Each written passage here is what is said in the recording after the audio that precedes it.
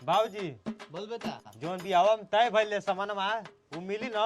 एकदम मिली बेटा। ठीक ते बोले। खाना तबे खाइए तब थमान मिली। बाबू हाँ आप खाना खा लो। चलो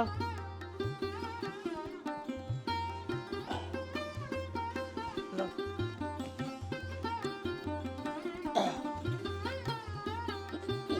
खाना लाओ बेटा, खाना लाओ। शादी ब्याह हो गए। हाँ आई तू अपन खाना खा ला पहले। हे बाबू आप खाना खा ला बढ़िया से। हम नहीं खाए। बच्चा घर से आग नहीं चाहिए तो अच्छे घर खानदान से हुए।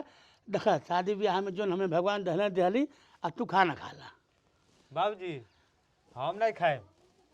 अब देख तू समझे जी तन समझावा लेके खा ना खा ले का सियाता है झुट्टे में। खा ले बेटा खा ले। बाबूजी जोन तय भइले तो मिली ना?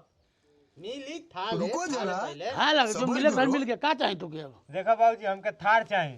हार चाहिए। हाँ ठीक है बाबू लेके आओ थे थोड़ा वे लेके आओ थे हम। नहीं सारुण के यहाँ कुछ तो गड़बड़ है। बाबूजी हम थार मिली।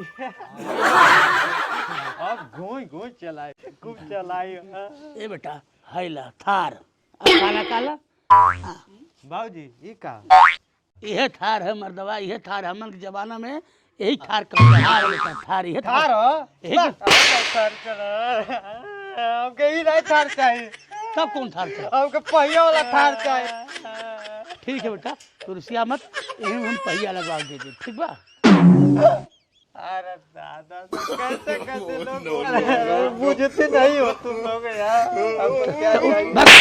नहीं थार चाहिए मुंह देखे लगना ही थार नहीं है। चल ए पकड़ हम नहीं खाना खाए। दादे बेटा खा ले। हम नहीं खाए। हमको थार चाहिए यार। खा ले खा ले। ते थार खो चाहे मत खो खो खो खो खो